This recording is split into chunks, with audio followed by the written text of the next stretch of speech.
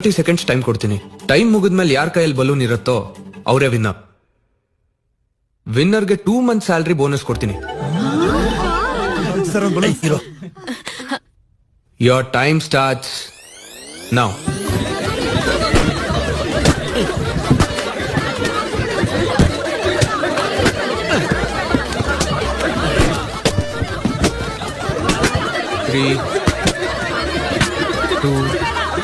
Time up.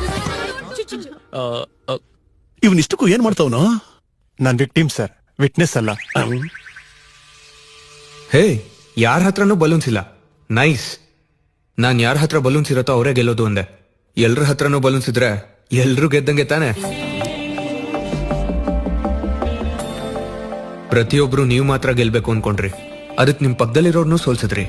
Fact ಏನು ಅಂದ್ರೆ, ಒಬ್ಬ ಪ್ಲೇಯರ್ ಗೆದ್ರೆ ಟೀಮ್ ಗೆದ್ದಂಗಲ್ಲ, ಒಬ್ಬ ಎಂಪ್ಲಾಯಿ ಗೆದ್ರೆ ಕಂಪ್ನಿ ಗೆದ್ದಂಗಲ್ಲ. ಆದ್ರೆ ಒಂದು ಟೀಮ್ ಗೆದ್ರೆ ಪ್ರತಿ ಪ್ಲೇಯರ್ ಗೆದ್ದಂಗೆ, ಒಂದು ಕಂಪ್ನಿ ಗೆದ್ರೆ ಪ್ರತಿ ಎಂಪ್ಲಾಯಿ ಗೆದ್ದಂಗೆ.